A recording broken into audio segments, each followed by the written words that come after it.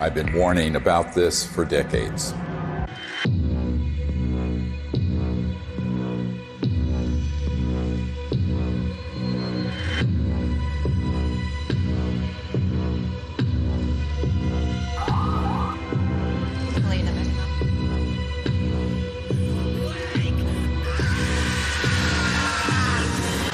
No, not that. This. Speaking of conspiracy theories that actually have truth at the bottom of them, the Corona Relief Bill the President signed last month contains a provision that hasn't gotten a lot of attention. It directs the Director of National Intelligence, in consultation with the Secretary of Defense and the heads of other agencies, to disclose what they know about UFOs within 180 days. So what are they going to tell us? I provided briefings for 4 presidents, foreign heads of state, generals, and a sitting CIA director who later betrayed me. I've seen lives destroyed. William Colby has been missing since April 27th. His canoe was found washed up on the banks of the Wicomico River. Friends murdered. Unthinkable evil unleashed on our planet. All to protect this illegal and immoral secrecy. And nothing I've seen scares me more than this unprecedented moment we are living through. We're in the final hour of an agenda that has been playing out for nearly a century. Centralized monopolies of power in government, the defense industry, and the corporate media are all converging on the same narrative that extraterrestrials are real, they're here, and they're a threat. Those are not weather balloons. Those are clearly autonomous aircraft of some kind that are, as you put it, swarming U.S. military craft. So these are there are 2 options. Under intelligent control. These are craft under intelligent control, and they're flying with impunity, Tucker, within our airspace, and they can outmaneuver, outperform anything that we seem to have. We need to find out who's operating them and also what the intent is. The truth is, we do know who's operating them.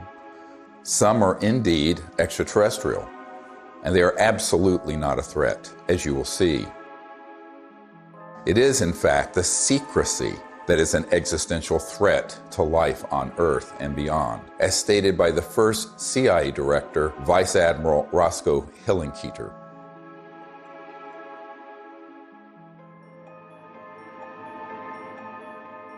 In 2020, I was asked to brief the President and Vice President on a situation that completely spiraled out of their control. They had been lied to, just as you have been lied to. And we cannot stop what is coming if we don't finally confront the truth.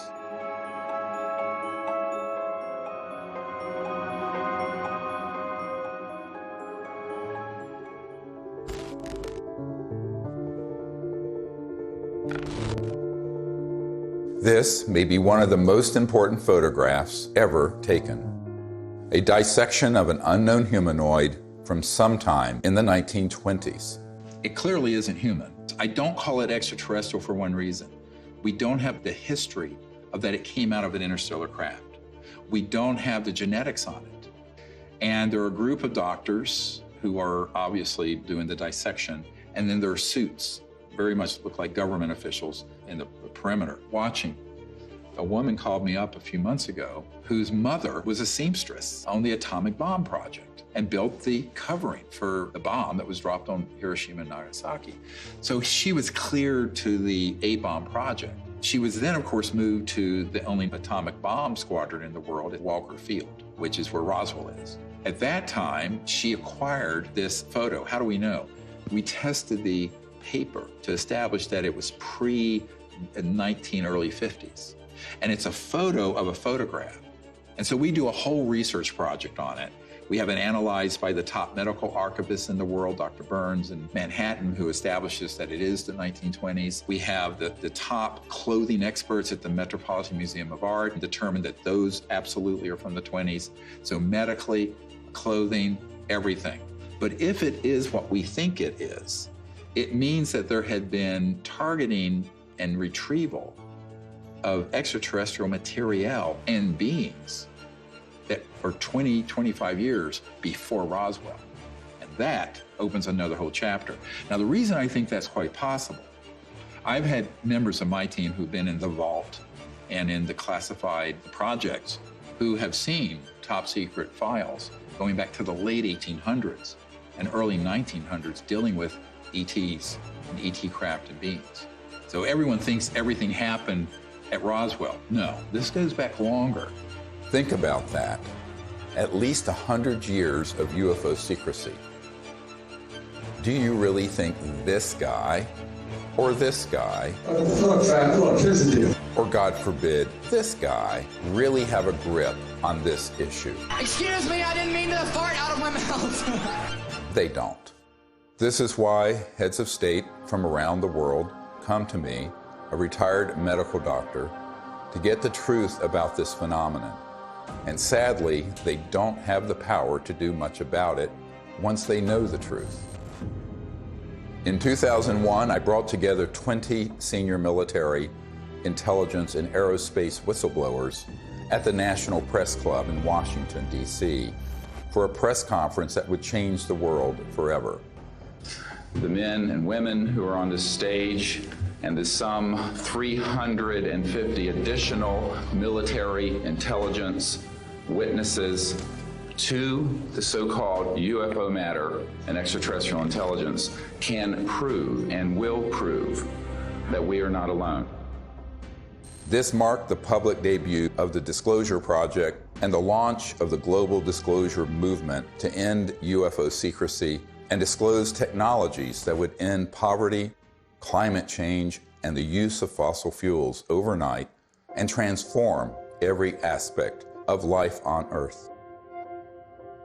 One of the biggest bombshells at that 2001 press conference was the testimony of Carol Rosin, an aerospace executive who worked beside Wernher von Braun, the Nazi rocket scientist who came to America after World War II to work for NASA. Carol received his deathbed confession, a testimony so terrifying that we spent the last 20 years trying to warn about it. Now, here was von Braun sitting at a desk when I first met him, explaining to me that he was told he only had 3 to 6 weeks to live, but that he was going to stay alive long enough to teach me what the real game is that's going on. And it started out when I was in the industry, the Russians were the threat. We had to build space-based weapons against the Russians. And then third world countries called nations of concern at that time. And then the asteroid threat, which I thought was kind of comical that we could just put weapons up there to shoot down or steer an asteroid. And then it leads to the last card. And then he would repeat to me over and over, and the last card, the last card, the last card would be the extraterrestrial threat. He explained to me that there was a moment when we were going to be told that the extraterrestrial beings, that their craft were a threat, and they were not. These craft that have come here are now not UFOs, they're identified flying objects, and we know that they have beings in them. And we have witnesses here who have told you that they can shut down our missile silos. They can stop a rocket going into space that's a test. We have witnesses here who have worked in the classified departments who have the courage to come forward here to support what Wernher von Braun told me back in 1974 to 77. At the end, I said, and it's all a lie. Well, it's still all a lie. The ultimate dream of the dialectical war machine, the military-industrial complex, is to have this war with a potential extraterrestrial civilization. It's their dream of all times. You know, you can roll into place all the kind of strictures of a national security state.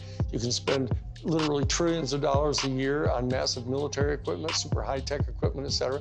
And so that it's logical that they would use that as an excuse. And we do know from repeated examples of it that the utilization of a false flag operation to initiate a war goes on over and over and over again. Our human family does that. The nation states do that. Hitler has done it. They dress up troops looking like some other neutral country they want to invade and have their own troops dress up like them and pretend they've assaulted somebody, and they rush in and attack that country.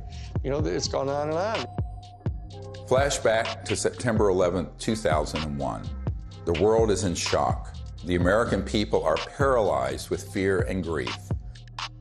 Over the next few days, an unprecedented show of solidarity and patriotism. Americans fly their flag from every car and hang them outside their homes. They unify around an overwhelmed president, brought together as one by terror and loss. Few raised an eyebrow as constitutionally protected freedoms disappeared and the war drum beat loud and unopposed. The 9/11 attack set the stage for an invasion agenda that had been pre-planned for years, as General Wesley Clark revealed in a 2007 interview. He said, I just got this down from upstairs, meaning the Secretary of Defense's office today, and he said, this is a memo that describes how we're going to take out 7 countries in 5 years, starting with Iraq and then Syria, Lebanon, Libya, Somalia, Sudan, and finishing off Iran. I said, is it classified? He said, yes, sir. I said, well, don't show it to me. When Von Braun talked to me about this faked extraterrestrial, he called it a faked alien invasion that was being planned, I saw on a board a list of countries against whom we were going to build space-based weapons. I called Wesley Clark and he answered the phone. And I said, well, what is it about? And he said, well, I asked that question. What is it about? And the guy at the desk said, I don't know. I said, we're going to war with Iraq. Why? He said, I don't know. In its paper, published in 2000, Rebuilding America's Defenses, the neoconservative think tank Project for the New American Century asserted that only a, quote, new Pearl Harbor would generate the political will for the military and defense policy transformations the group desired. Indeed, these traumatizing events are always planned or hijacked in order to manipulate perception and manufacture consent for military action and the theft of our wealth and liberty. George W. Bush, Dick Cheney, and others had decided to go to war with Iraq long before Colin Powell gave that presentation. I feel like it was the lowest point in my professional and personal life that I had a hand in managing it. But we've come a long way since the 9/11 attacks.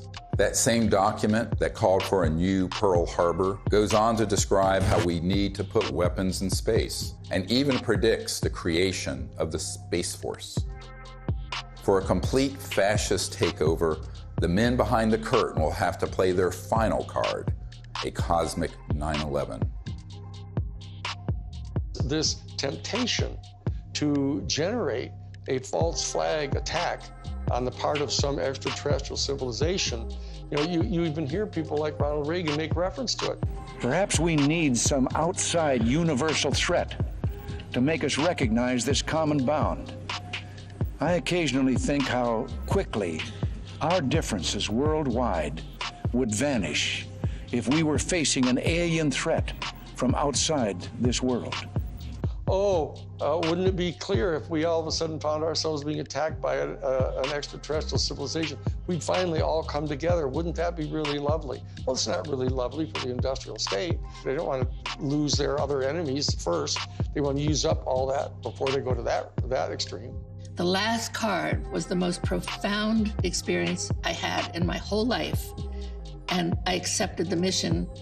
And until Stephen Greer picked me up and talked me into going to the Disclosure Project, when I had just about given up, that's when I saw that there were other witnesses to what's going on, to the truth, to the facts. When she told me what Wernher von Braun had said, it didn't surprise me, because I had previously met with a number of people in the defense industry and in the intelligence community who had already told me that there was such a plan and that it could be actuated at any moment. And that was one of the long-term agendas, was keep the technologies away so we maintain our industrial base of fossil fuel and all this. When we're ready to pull the trigger on releasing this information, spin it in the direction that benefits the foxes guarding the henhouse, the people holding these secrets. But it was interesting to hear that all the way back in the early 70s that he had been warning her about this. And we know that those systems were developed actually in the late 40s and 50s. Truth seekers who explore the wonders of the ET phenomenon walk an extremely dangerous path. Most get sucked into the gravitational pull of the black hole of disinformation, where lies about the UFO cover-up and about ETs themselves poison the minds of even the smartest and most well-intentioned investigators. These lies include ETs are demons. It's all interdimensional, not extraterrestrial. We don't have man-made UFOs. Aliens are abducting people. And the worst one of all, aliens are a threat. Therefore, we need to build weapons in space. If we cannot commit to no weapons in space, to no war in space, then we're going to continue to have wars on Earth, and we're going to continue at the accelerated pace that we're in right now towards our own human extinction. One of the difficult things of the last 6 months was that I learned that the same group that had been feeding false information to the public through TTSA had their counterparts that had been going into the president's office providing some information, but a lot of disinformation. So the way really good counterintelligence works, or disinformation works, is that at the core of it, there's some truth. So they'd say, okay, the aliens are here, and here's some evidence, but they're a threat to the national security, and we need to have the Space Force. Wow, Space Force. And they get into this thing called the White House and the national security state, and they're completely at the mercy of the people who are going to brief them, and the ones who are assigned and cleared to talk about this issue, by definition, have been in those clandestine operations. I did a video brief for the president, vice president, and also for President Putin. That the problem is, by the time I had good access, they had already been, unfortunately, quite brainwashed on this, had already taken policy steps that included the Space Force creation and what have you, and then we were running up against the election. One thing is clear, is that the normal constitutional channels that you would think would be in control of that aren't. Presidents that aren't briefed in on this, heads of the Defense Intelligence Agency come in who aren't briefed, and I'm convinced they're not. From talking to them, it's clear they don't know what's going on there. So there's some other structure. I happen to be persuaded by the evidence that immediately after Roswell, when they recovered a craft and bodies from the UFO vehicle, that the Truman administration set up a body that was outside of the normal constitutional framework of our United States government. And it was made up of major elite people that they view as the real power elite. A shadowy government with its own Air Force, its own Navy, its own fundraising mechanism, and the ability to pursue its own ideas of the national interest, free from all checks and balances, and free from the law itself. It's sort of a shadow government within the government, not just in the United States, but all around the world. And the kind of power they have, both financially, technologically, and the means of projecting power militarily, is much greater than anything that the conventional military or the conventional government or the President of the United States has. Eisenhower knew it, and by the time he left office was very upset about it. In the councils of government, we must guard against the acquisition of unwarranted influence, whether sought or unsought, by the military-industrial complex. The ETs actually had reached out to Eisenhower near what's now Edwards Air Force Base, Muroc, and really wanted us to stop disrupting the fabric of the universe with these nuclear weapons and advance in a positive way into space and become part of an interplanetary family, which would have been wonderful for humanity, wonderful for the cosmos. But the people who make a lot of money from war and a lot of control of the populace through fear did not want that. So they circled their limousines and sort of moved aside the good people who would have been arguing for that. And that included Eisenhower. We must also be alert to the equal and opposite danger that public policy could itself become the captive of a scientific, technological elite.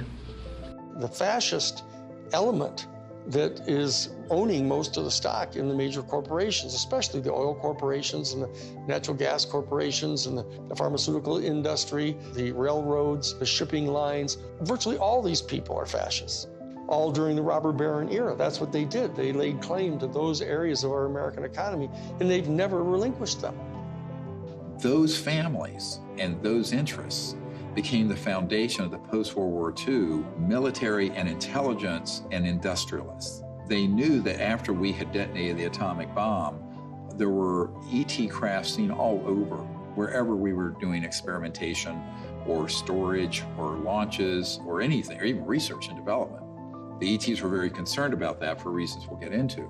So the military-industrial complex, as Eisenhower called it, became very powerful and developed clandestine, covert, unacknowledged special access projects that eventually moved the president out of the way and pushed Eisenhower outside the inner circle. I tell people that that was the era when the presidency was decapitated. Fascism isn't, somebody wearing, a monocle and 6-league boots with a saber scar, and all that stuff, and strutting around in Nazi uniforms. A fascist is a person who believes that the best way to develop the economic resources of the planet and to distribute them among people is to get a hold of them and have exclusive privileged access to these strategic raw materials, and have the corporations that have access to these strategic raw materials, and to be able to put them through the machinery that they pay for and that they invest in and establishing in producing these products and hiring people. And they believe that that's the best way to have their economy function. And so that the instrumentalities of the state, of the government, are put at the disposal of the private interests of the corporations. And that's exactly what was going on in Germany. The Krupps and the ball bearing factories and the IG Farben corporations, all those big, huge corporations in Germany, they were all privately owned. In fact, they were financed by Brown Brothers Harriman and giving the loans to the post-World War I Germany to build them back up. Andrew Mellon had intimate dealings with Hjalmar Schacht, who was Hitler's private banker. And so did Sullivan and Cromwell. This is dirty, nasty history. Oh, invest in Nazi Germany. Hitler's a great guy. He's a Republican. Don't worry about it. You'll make lots of money. And then Standard Oil, through straw man in Portugal, all during the war. Business thrives during war. You know that. It's a racket. That whole concept of fascism, and it's a word that gets totally misused because people somehow conflate it with just authoritarianism. But it's a very narrow definition, and it's an accurate definition of what it was that the Central Intelligence Agency was doing, actually promulgating the private interest of the major corporations. And they were putting at the disposal of the interests of those corporations all the instrumentalities of the United States government, most importantly, the military and their intelligence operations and their covert operations. We're keeping the oil. We have the oil. The oil is secure. We left troops behind only for the oil. Because they basically believed that what's good for General Motors is good for America. And it was an entire theory of economic development. And so that they viewed anybody who interfered with that in any way at all as an enemy of the United States. And so that's how the national security state got really established and institutionalized. And so that when they encounter an event like Roswell, where this extraordinary technology crashes, they realize that there's this extraterrestrial civilization that's got this technology that is way beyond anything we've got. Their instantaneous response to that was, let's get it for us. And that we'll have it, and it'll give us this overwhelming advantage over any of our adversaries that are threatening our world dominion, or our, what they call full spectrum dominance, was their actual term that they used. My granddad and I, when we were talking, I'll never forget it. And he said, he was talking about Patton. And of course, he said, I was in Czechoslovakia with Patton in April of '45. And I thought, oh, that was neat. What did you do? And then he's like, well, Patton had to secure a lot of the stuff that the SS had. And I said, oh, that's interesting. And they said, well, we went into this warehouse and there were all these exotic, jet aircraft, rocket engines, parts of the V-2 and maybe a V-3, I don't know. I said, oh, that's interesting. And he says, I saw a disc-shaped aircraft. I said, oh, is that the one they built that had the BMW jet engines and the Arado ones in a circle, and it didn't really work and everything like that. And he said, no. And that was it. And so they began to take this in, and they started declaring it to be this huge national security state secret. Because it was, other than the nuclear bomb, it was the ultimate potential weapon. And so they wanted to be able to use it at their disposal for their private benefit. That fascism and the fascistic proclivities of these big industrialists and very powerful people, they know they really can't control 8 billion people unless they first control their minds and their beliefs and their attitudes. As Nazi war criminal Hermann Göring said at the Nuremberg trial, the people can always be brought to the bidding of the leaders. This is easy. All you have to do is tell them they are being attacked and denounce the pacifists for lack of patriotism and exposing the country to danger. It works the same in any country. The buffoonery of the Third Reich was instructive, and they learned that that kind of behavior wouldn't be effective. So they went subterranean. They went covert. People don't understand. We won the battle of World War II. We did not win that war.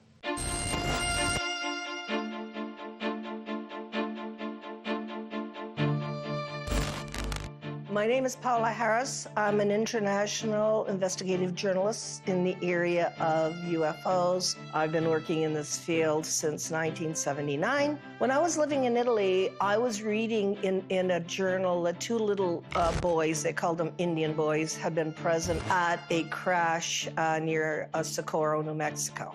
And I was wondering why none of my colleagues ever followed up on that. So when I came to the United States, Destiny had it, that I was able to locate one of the men, Remy Baca. He told me in detail that they had witnessed this crash, these two little boys, in 1945. There was an object that shaped like an avocado. And what interested me most, because I look at the timing, is it was exactly 1 month after we exploded the atomic bomb. And the atomic bomb was July 16th, 1945. 5, 4, 3, 2, 1.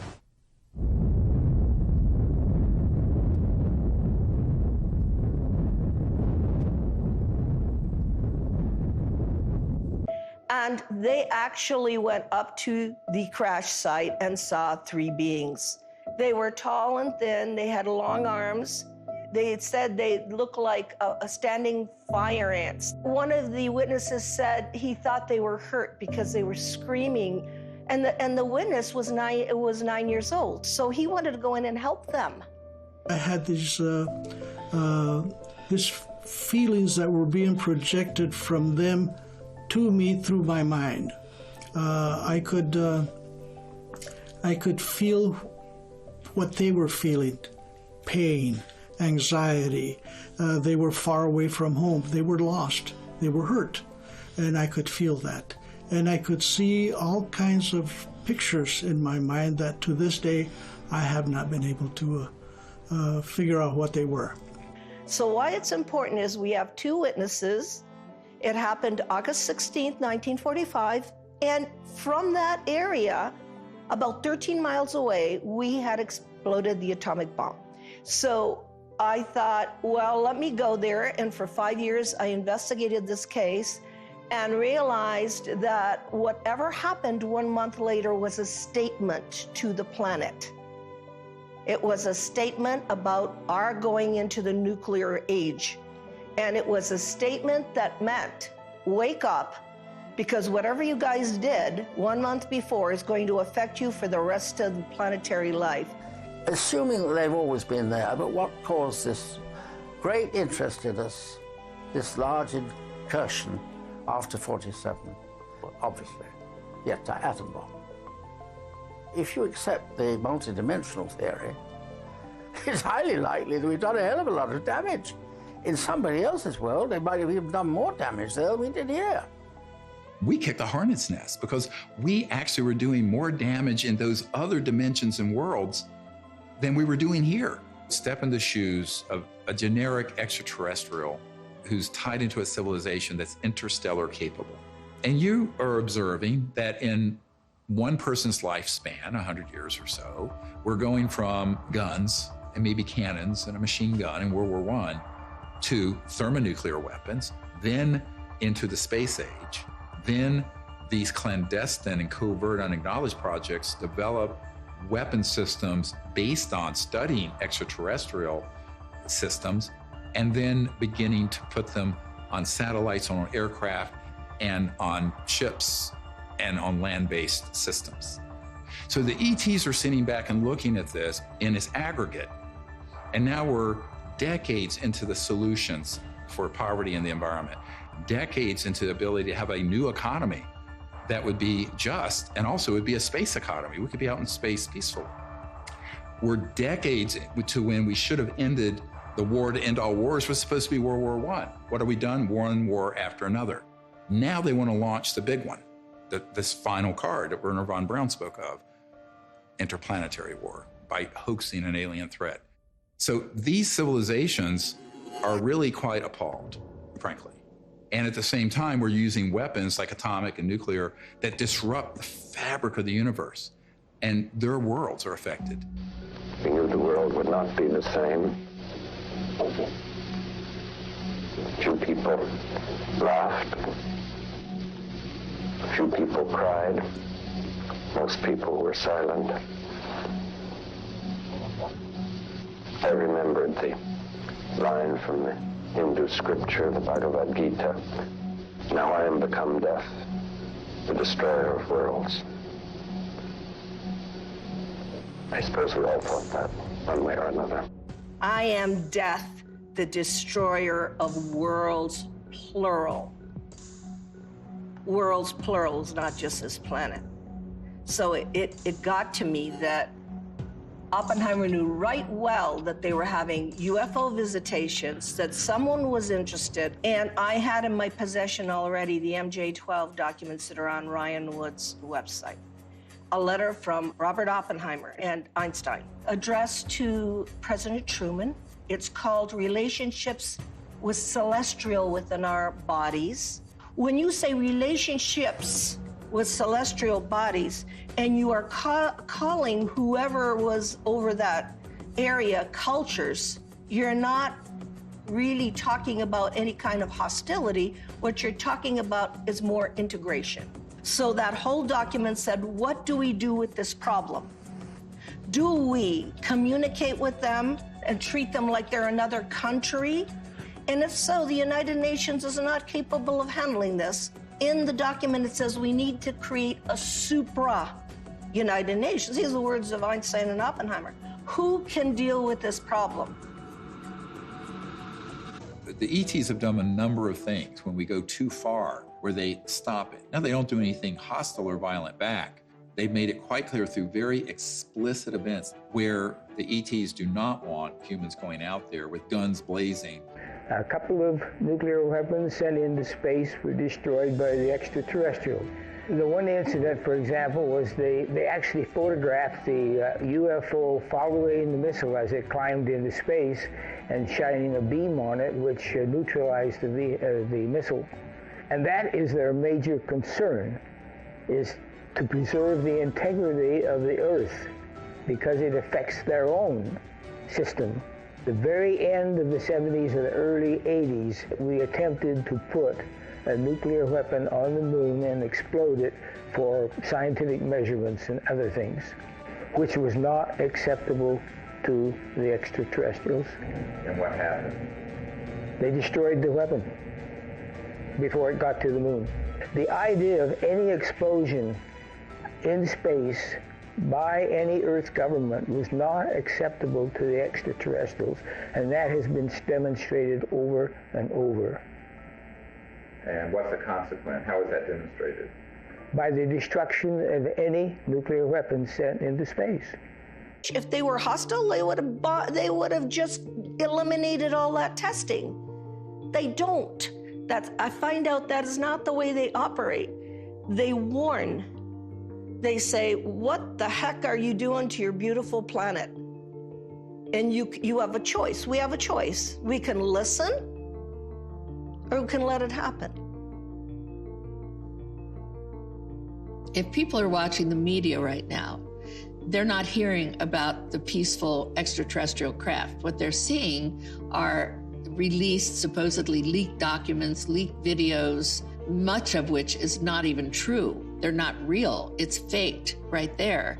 And it's being presented in a format that is to cause fear, to make us see the crafts and the beings as enemies. There's no question whatsoever that the elite that are in charge of the national security state infrastructure, both the official infrastructure and the unofficial infrastructure, are in fact not only fascistic in their economic vision, but they're racist. I'm telling you, when you see the documentation that goes on inside the Third Reich, in the courses that they were teaching at the thing called the Ordensbergen. The Ordensbergen was this series of 4 castles where they trained the SS people, and you get access to their documents where they're talking about this eugenics and everything. Why is it that they hate the Jewish people the way they do? And people don't have any idea. People got some weird, distant ideas about this, mainly because we allied so closely with the fascists, even immediately after World War II, that they suppressed all of this information about them. And so people don't really know the details of what their thinking was.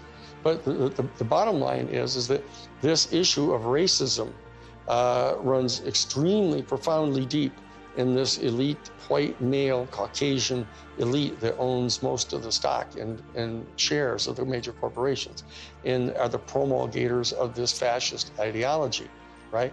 And these are the people that were put in charge of the UFO program, right from the beginning.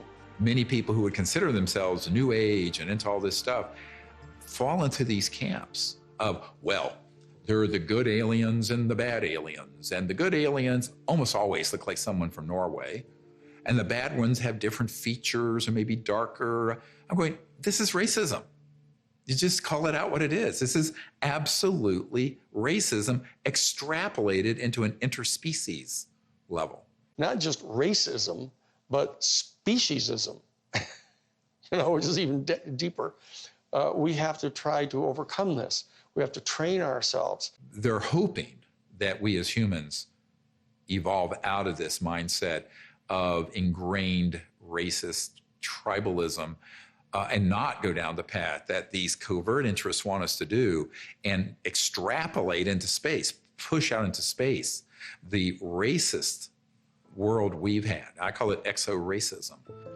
Justification for war or genocide always begins with dehumanization of the enemy. For example, as part of their anti-Semitic propaganda campaign, the Nazis revived the centuries-old blood libel, the allegation that Jews murder non-Jews, especially Christian children, in order to obtain blood for the Passover or other rituals, in order to lay the foundation for a false flag alien threat.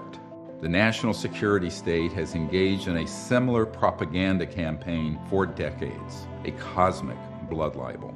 The national security state apparatus and their media allies have been flogging that particular theory that these extraterrestrial civilizations are all here to eat us or to take over our planet and rape our women. There's a whole scenario that's always gone on the part of authoritarian warrior states. About the ultimate other, the Hun.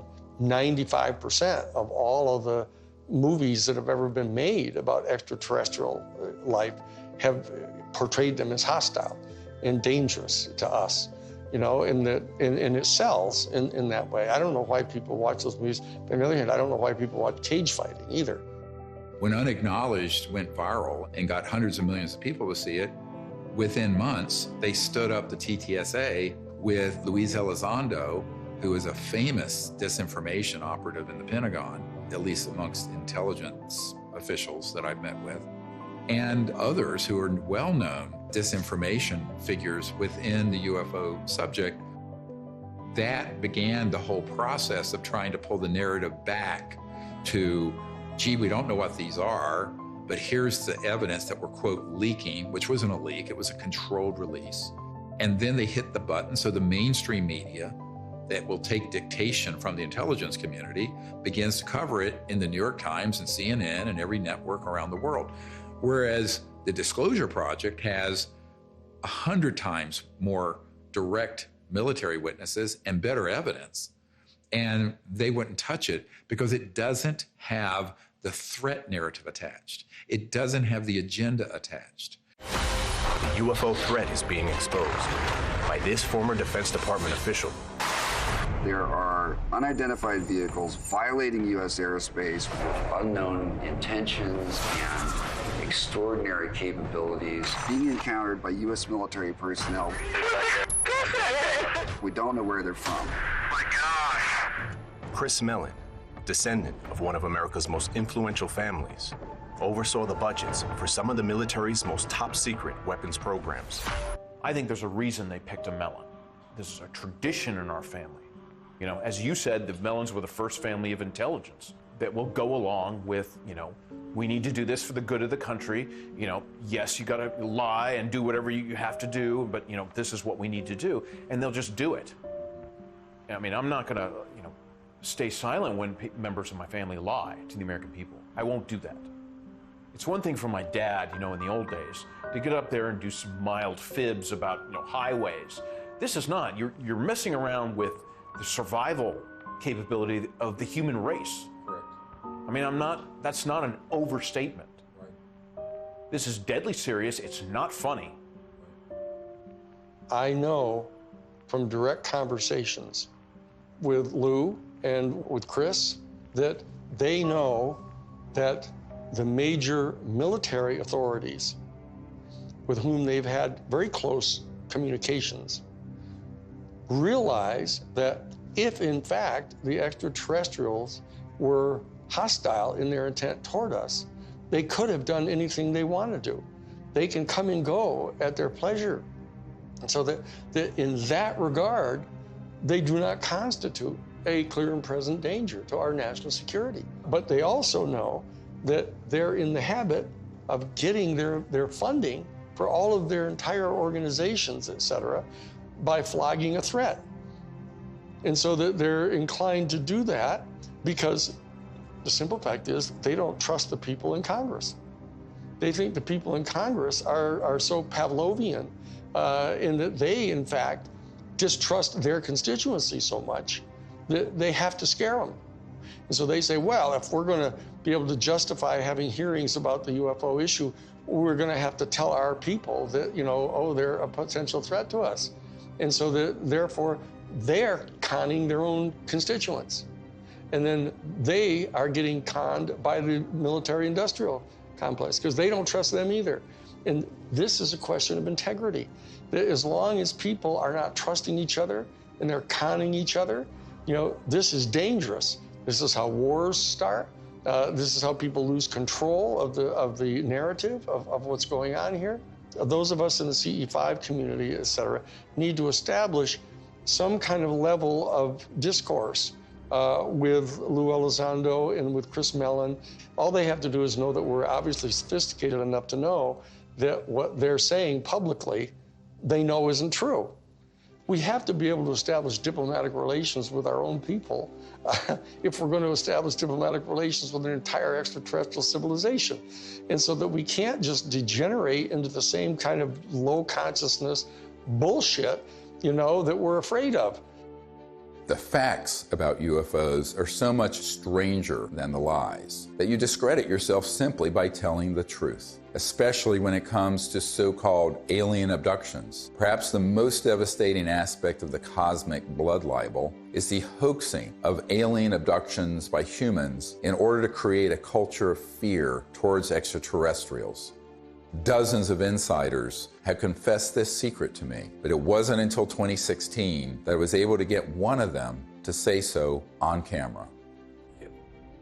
We did do that, yes. OSI did that. There was a special group out of the 7602nd Air Intel Wing at Fort Belvoir that came out and did that. They had these people that had maybe some sort of defects, anatomical defects that were brought in to fool people into thinking they're aliens. Yeah, I can't give you any specifics because it's still, the program is still classified, and they're probably still doing it. I wouldn't doubt it. They were still doing it. These civilians got onto the base and got into something, and they saw something they weren't supposed to see, and this group came out and went into their home and scared the dickens out of them and staged an alien event. Exactly. We have these technologies. They are being used in false flag operations where they hoax events. And the purpose for all of that is a sort of psychological warfare, as it says in the CIA document I have, the director of the CIA saying the UFO subject is very valuable for its psychological warfare potential. And that is a very interesting thing to be written in 1953, right? And what does that really mean? Well, it means that the long-term defense strategy from the late 40s and 50s forward was informed by eventually using this last card to consolidate sort of a global, totalitarian military control of the population.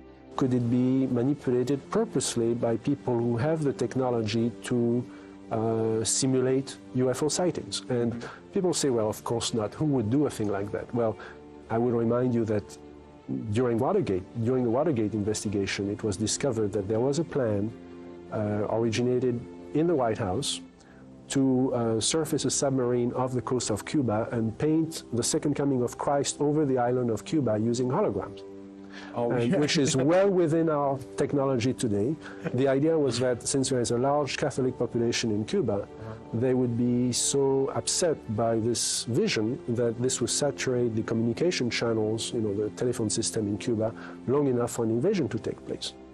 How interesting. I never heard of that. Well, I think that's a classic in psychological warfare, but that kind of manipulation is well understood.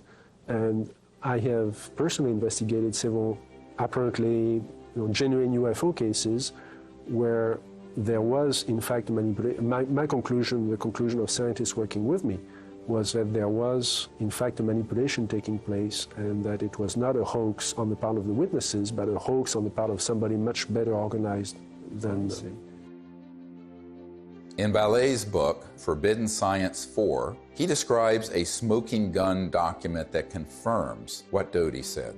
In an entry dated Thursday, 26th of March, 1992, Vallee writes, "I have secured a document confirming that the CIA simulated UFO abductions in Latin America as psychological warfare experiments. We reached out to Dr. Vallee and asked him if we could publish the document in this film.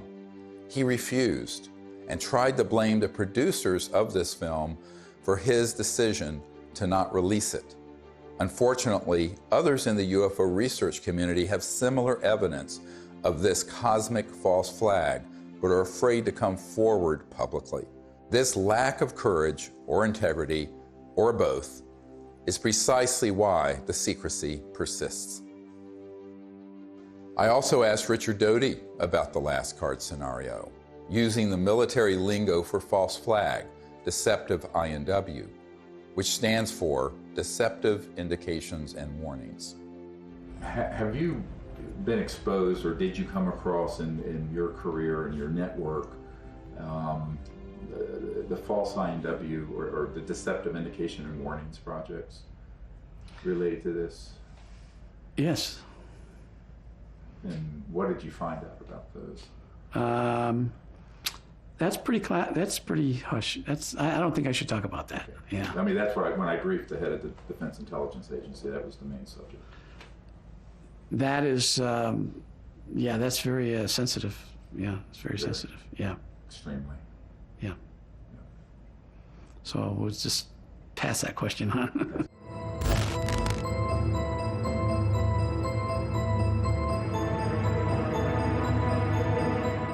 Colonel Corso was given the job by General Trudeau for the Army in research and development of foreign technology. But the foreign technology is really foreign. I mean, it's so foreign, it's out of this world. And he explained to me that he had something called the nut file, of which he had fiber optics, high tenacity fibers. He named the things physically that he had there. He knew they came from extraterrestrial crashes or extraterrestrial materials they had recovered. And it was his job to take them to big companies to be back engineered. Now, in Colonel Corso's time, it was 1960, but this had been done way before 1960. These were extraterrestrial artifacts that had to go into industry. So for the first time in my naive years of research, I realized why the secret was secret. I always thought it was about, you know, everybody would panic and the religions would fall, and I had no idea this was going on. And ever since my association with Colonel Philip Corso, I realized what this is about. What this is about is the toys, the artifacts. And it's really about the industry. It is not about whether people would be scared or whatever. I think that the younger population and people that have studied this know that there is no danger. I mean, if they're not going to bomb you during the time you're doing the H-bomb tests in the Pacific, I don't think they're going to decide to come out of nowhere and bomb everybody or to have an invasion. There are too many times where we could have had an intervention that was hostile, and we never have, and we're the enemy. Hey, John, happy birthday. There's no way that I can, sugarcoat this. I was talking to a gentleman about the UAP report, and he contends the Pentagon has alien bodies and crafts. So I just wanted to run this past you. Does DOD have these things, and if so, where? Jeff, the UAP task force is really designed to take a look at these unexplained aerial phenomena, try to help us get a better understanding of them. Again, I'm not going to get ahead of the report that the DNI will submit, that we are helping, obviously, and providing input to, and I think I'll just leave it at that, Jeff. This exchange would have been unthinkable even a few months ago. And notice that he didn't deny it. There are three major lies of the current false flag disclosure of UFOs in the media. Number one, we do not know what UFOs are. Lie. Number two, the U.S. military does not have any aircraft that can perform in the way these UFOs maneuver. Lie. Number three, they are a threat to national security. Lie. The only threat to national security and world peace is the unacknowledged projects using man-made UFOs and other technologies to hoax alien events. Period. And yet, we are inundated with messages about the threat to national security posed by UFOs. We take all incursions into our operating spaces seriously. So, I mean, like everybody else here at the Defense Department, certainly we are taking the entire matter seriously as it regarding the potential for safety concerns. One of the most brilliantly subtle disinformation techniques currently being deployed against the people of Earth is this air of phony agnosticism that has been generated surrounding this issue. Do you believe that they sincerely don't know what these things are and where they don't? We have the best military on planet Earth, the greatest intelligence agencies. These are true unknowns, and they were swarming our military arsenals. They're seen over nuclear facilities. This is documented. We need to find out who is operating these vehicles. There's a certain studied agnosticism that the media is allowing to come out through these ufologists. For example, Nick Pope. I mean, we are under siege. It's like there's a war of nerves going on. And if this was drones belonging to a foreign adversary, there would be an absolute outcry. And yet, the situation we're in, that we don't know what these things are, and they might even be extraterrestrial, that's worse. So I agree with Luis Elizondo on this. This is a potential catastrophic failure of intelligence. The same thing with people like Chris Mellon, whether he's been paid or not. he will get up there and say, well, we don't know what these are, we need to study them. There's a vital national security issue, which is that our sovereignty is being violated by vehicles of unknown origin. Chris and I have met, we've talked about all this stuff. I think the TTSA program was a little goofy with Tom DeLonge. This is a mechanism to change the way the government acts. You're going to see us dealing with the Senate, us meeting with the intelligence services of other governments, and everyone is coming out of the woodwork and saying, this is real, we got to do something about it, and it very well could be a threat, but we can't put our head in the sand. Former Blink-182 frontman Tom DeLonge launched To the Stars Academy, or TTSA, supposedly to bring scientists and whistleblowers together to advance the disclosure of UFOs. In reality, this was a thinly veiled front group for the Defense Intelligence Agency, staffed with notorious spooks like Jim Semivan, the former head of covert operations domestic for the CIA. All of a sudden, the same media outlets that historically ridiculed this subject started fawning over DeLonge and his entourage of disinformation agents, and always with the specter of an alien threat. Hal Puthoff was soliciting me for funds for his quantum communication thing, which I think the Navy has had for 30 years. So there's a lot of disconnects going on. And of course, they've left that TTSA program, and I don't blame them. I think it was a shit show. And some type of CIA, quasi-psyop, something. And I don't think anybody was really excited about it. And when they say, this is a mystery we need to solve, that is not true. As you and I know, the U.S. military, especially the Navy, has reams of information on every shape of craft, where it's from, who's driving it, what they're up to, Forget it. It's just been going on for 70 years. The military-industrial complex is not stupid. Neither are the branches of the military. They know exactly what's going on. I think Chris means well. I really do. I don't think he's one of these guys, that's going around here, I'm going to fool the public and get paid for it. He doesn't need the money. I don't need money. We don't need fame or money. That's the last thing a melon wants. I'm telling you.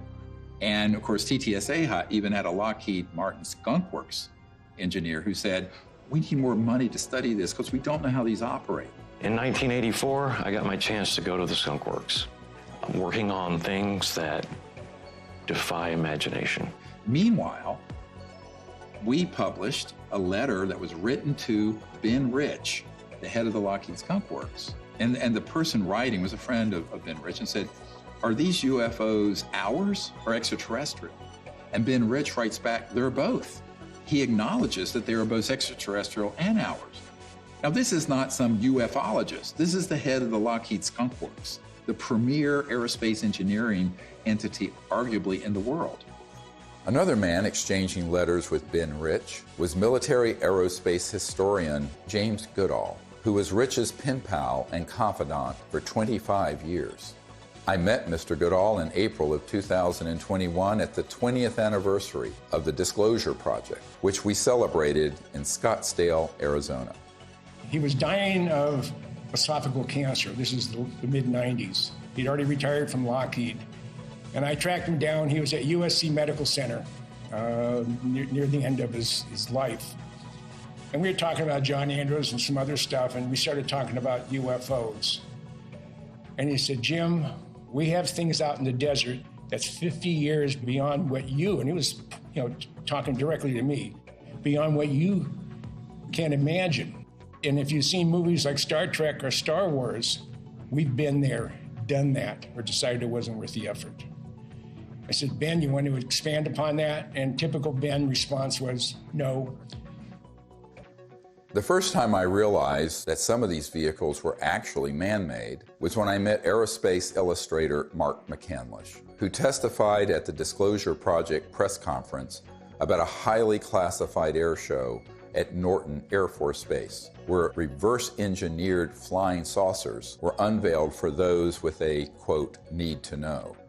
A male staff member in Congressman Brown's office not only confirmed the exhibit, but the fact that there were 3 discs at that exhibit. These discs were hovering off the floor without any visible means of support. They were referred to as alien reproduction vehicles, also nicknamed the flux liner because they used high voltage electricity. This is a diagram that I made based on a sketch that Brad Sorensen did for me in rough form shortly after he had his sighting, and subsequently cleaned that drawing up and made it much more accurate. And that's the drawing that Dr. Greer is holding there now. Later on, I obtained photographs that were taken in 1967 by a military pilot, Harvey Williams, flying a C-47 for the Air Force at 12,000 feet, approximately 25 miles southwest of Provo, Utah. This particular vehicle matches the so-called ARV in all proportions and respects in terms of the detail of the shape of the craft. News articles from the 1950s describe how we were on the cusp of unlocking the secrets of gravity, which would unleash a technological revolution. But suddenly the article stopped without explanation. This is the point where we cracked anti-gravity technologies and it went totally covert. And this Tic Tac, the word is, it's Lockheed Martin. It's the successor to the TR-3G Black Triangle model. Elizondo just will talk the bark off a tree. He goes in circles. He's a great counterintelligence guy. I'd love to get into a debate with him, but of course that's never going to happen. Well, this is a document that was obtained through the Freedom of Information Act, and it demonstrates quite clearly that we have had issues with these, if you will, these UAPs or UFOs in the vernacular for at least 70 years, at least since 1950, probably earlier. And this is official U.S. government correspondence. This isn't some eyewitness report from a civilian. This is official government documentation from military personnel to very senior military brass. And what it says is very quite compelling that, look, we've had a lot of military and intelligence eyewitnesses, to include special agents and scientists, and all of them are seeing these things. And more importantly, the frequency has occurred on a regular and continuing basis over sensitive U.S. military facilities. And this has been occurring, Tucker, again, since 1950. The U.S. government has finally admitted that this is not some sort of secret U.S. technology. Quite the contrary. Over the years, dozens of defense and aerospace industry insiders have briefed me on what they were really working on at places like the Lockheed Skunk Works, going back to the 1940s and 50s. Many of these man-made aircraft have been spotted by thousands of eyewitnesses and become part of the UFO lore, indistinguishable from actual ET craft. These rogue, covert operations within the military-industrial complex stage thousands of sightings, abductions, mutilations, and disturbing encounters with our public-facing military, knowing these incidents will be mistaken for ET craft. This confusion between what is extraterrestrial and what is man-made is essential for pulling off a false flag that would be blamed on aliens. This is from 1983, Hudson Valley, very famous cases, many witnesses to these transformer-sounding objects, and underneath, when they were close, you can see superstructure and tubes and other things. That is not extraterrestrial.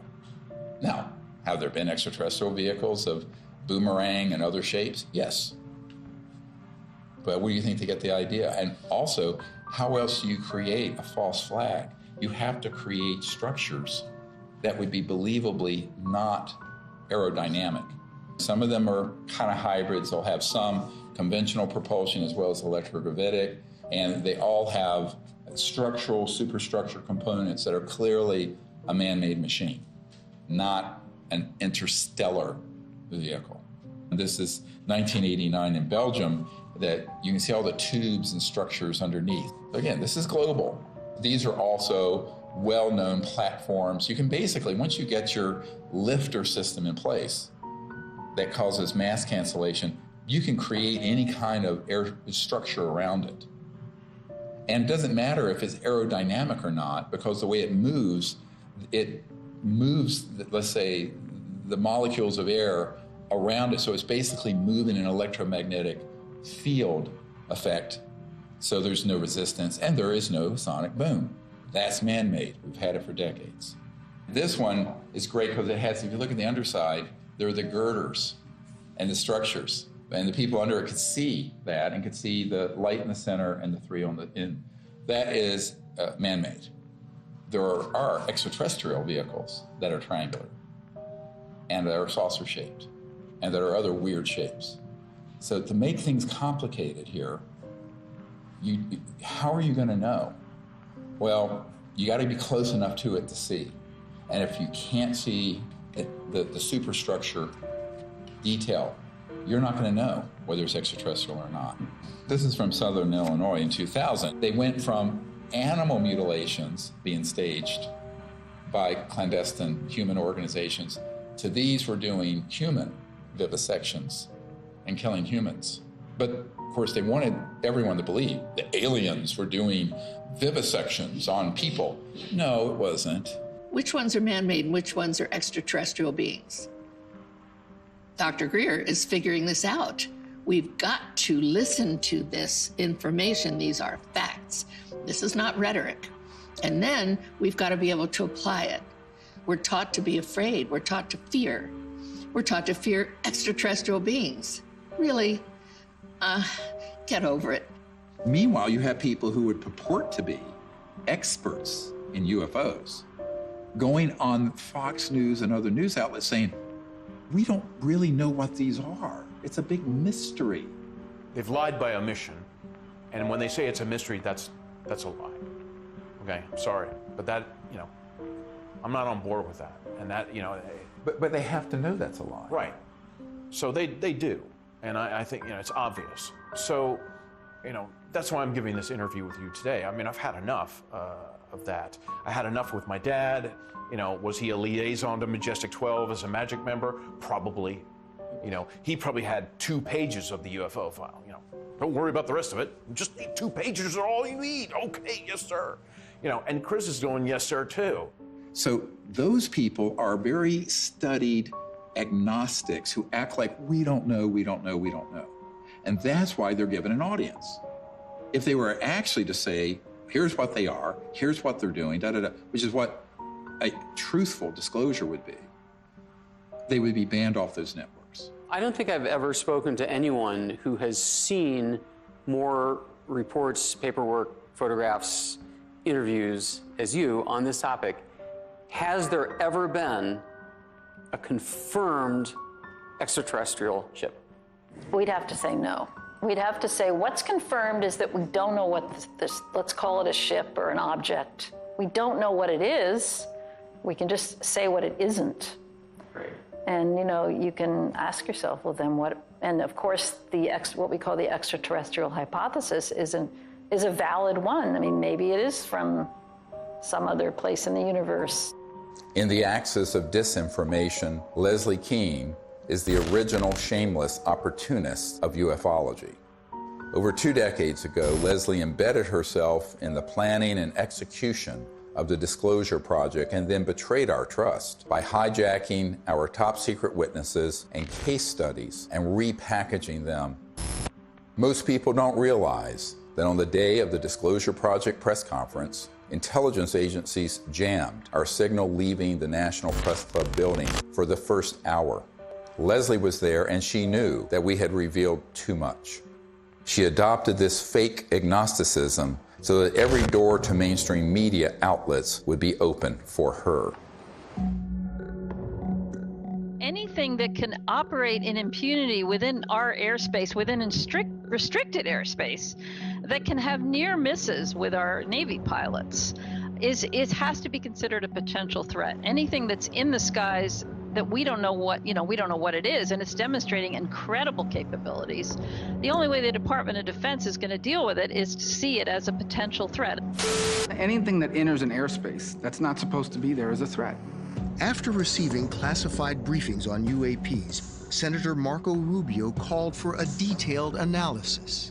This past December, while he was still head of the Intelligence Committee, he asked the Director of National Intelligence and the Pentagon to present Congress an unclassified report by next month. We've gone this way before. There have been many initiatives. Gerald Ford, when he was congressman, held hearings, went nowhere. The whole window dressing of Project Blue Book, and then that was just really a publicity stunt by the Air Force. And most recently, the $22 million that the Pentagon spent on this Bigelow aerospace study. I had a Zoom meeting this summer with General Herbert, the chief advisor to Senator Harry Reid, and they authorized this funding. After spending $110 million, maybe more than that, because it was a 6-year-long program, where's the beef? What's the results? That money went to Robert Bigelow, who was in Nevada. And he's a buddy of Harry Reid's, right? Right, who was chair of that committee. UFO proponent, exactly. Thinks they've definitely come here many times. Right, so, you've spent $100+ million gathering information, and what did you do with it, outside of, collecting a couple of videos? The people in that circle around Mr. Bigelow and Bigelow Aerospace were all operatives of these unacknowledged special access projects. They made sure that those $22 million were the equivalent of opening a toilet lid, putting the money in and flushing it. And so what General Herbert said to me is that even in the meetings in the Senate classified SCIF, Secure Communication Information Facility in the Senate, all they got was like a 40,000-foot view. He was an Army pilot. And no detail, no nothing. And I said, yes, that is what was done, and was done on purpose. And so there was a pretty sizable budget for this program. What did they find? Well, I mean, basically what they did with that budget is a lot of different research to try to document what was going on, to try to understand the physics behind how the objects, move around, and then to just keep records of what they were observing. But they haven't been able to find what they are, where they're from, or anything like that. And I said, do you feel they were holding back? He says, oh yeah, a lot. And we were very angry about it. Ultimately, the reason that $22 million grant wasn't renewed is that he and others realized they were being zoomed. They were being deceived and getting nothing out of it. It remains to be seen if they get anything out of this mandatory Director of National Intelligence and Office of Naval Intelligence report that's going to go to the Congress.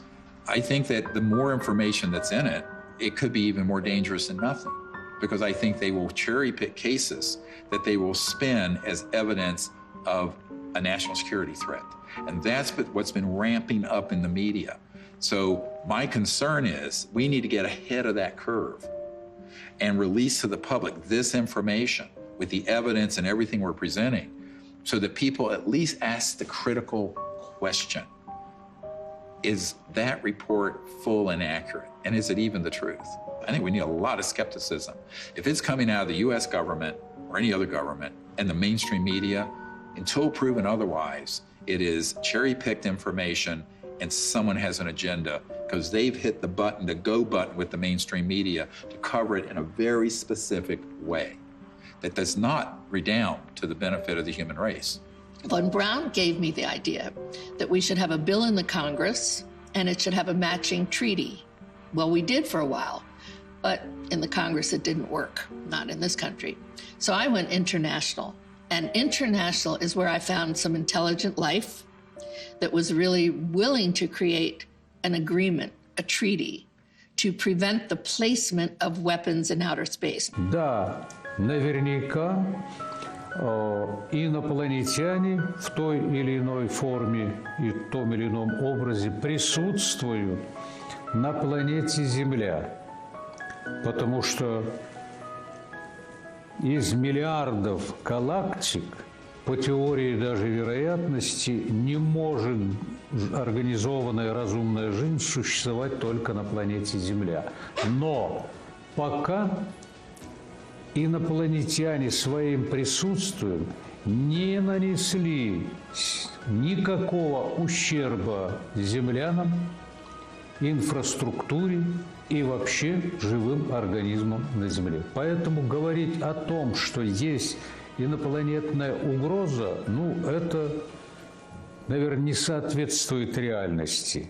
The beauty of having these Russian generals come forward and say this is that we've had a lot of, like Colonel Corso and others, come forward with evidence. Now we have these senior people in Russia And we need more countries to do this, where they unshackle their leaders who know the truth of this and speak the truth to the world community. Now, if you listen to a lot of people, you hear, there are already weapons in space, blah, blah, blah.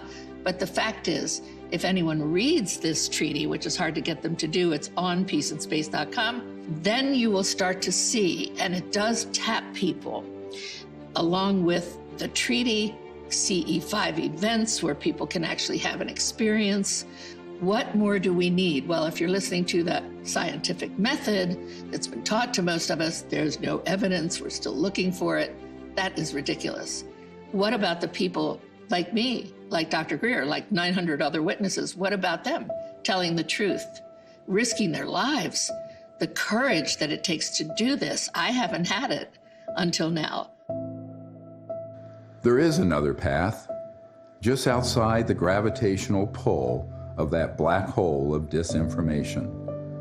It's the path I've spent my whole life fighting for and protecting.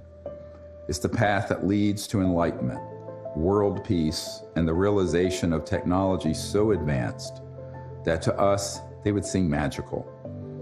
This is the path of truthful disclosure and peaceful relations with our brothers and sisters from the stars.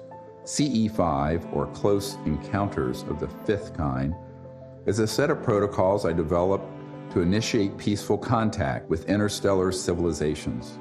It's easy enough for anyone to do, and will absolutely transform your life. Millions of people are learning how to do CE5 by connecting with local CE5 groups or by downloading guided meditations in the CE5 Contact app. Doing that in the context of meriting citizenship in a galactic civilization is a very meaningful meme. To say, look, we need to work on ourselves. We need to elevate our consciousness. We need to hearken to the higher angels of our own nature, etc. That's all a dynamic that we do have control over. That's why I think the CE5 thing is so important, because that's the best way to get data, not to be speculating, from our own political ideology about what they might be like. We really have to have direct communication with these beings. The more, the better. That dual role of elevating our own consciousness and rising to the highest levels of the angels of our own human nature on the one hand, and reaching out to establish communion and contact with the extraterrestrial beings themselves, are the two pathways that we have.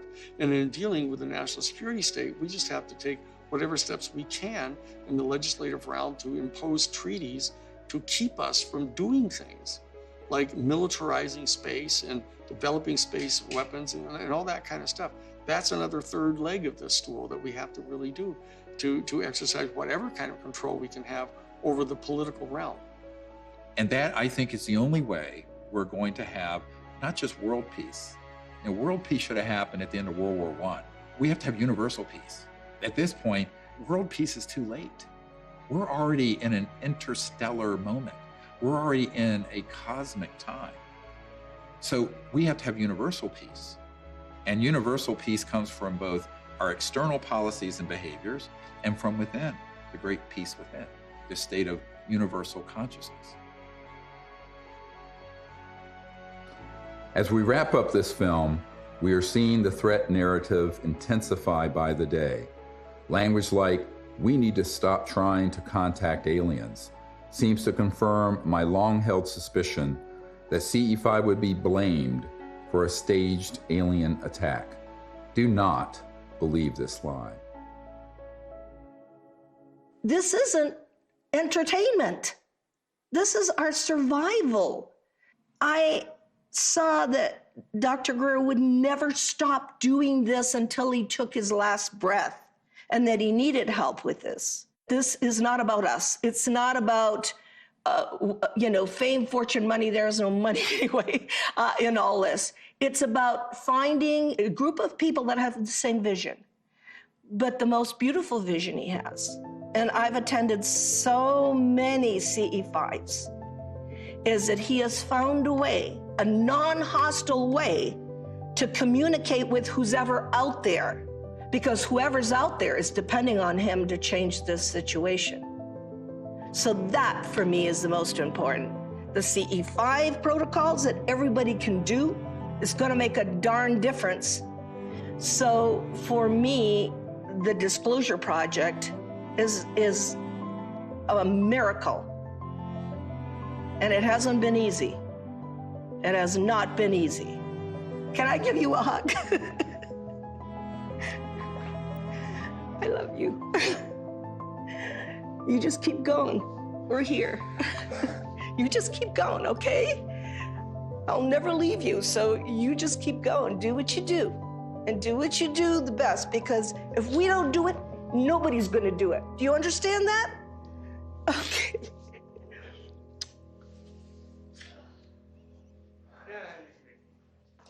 Yeah, okay, can I go outside and get some sun?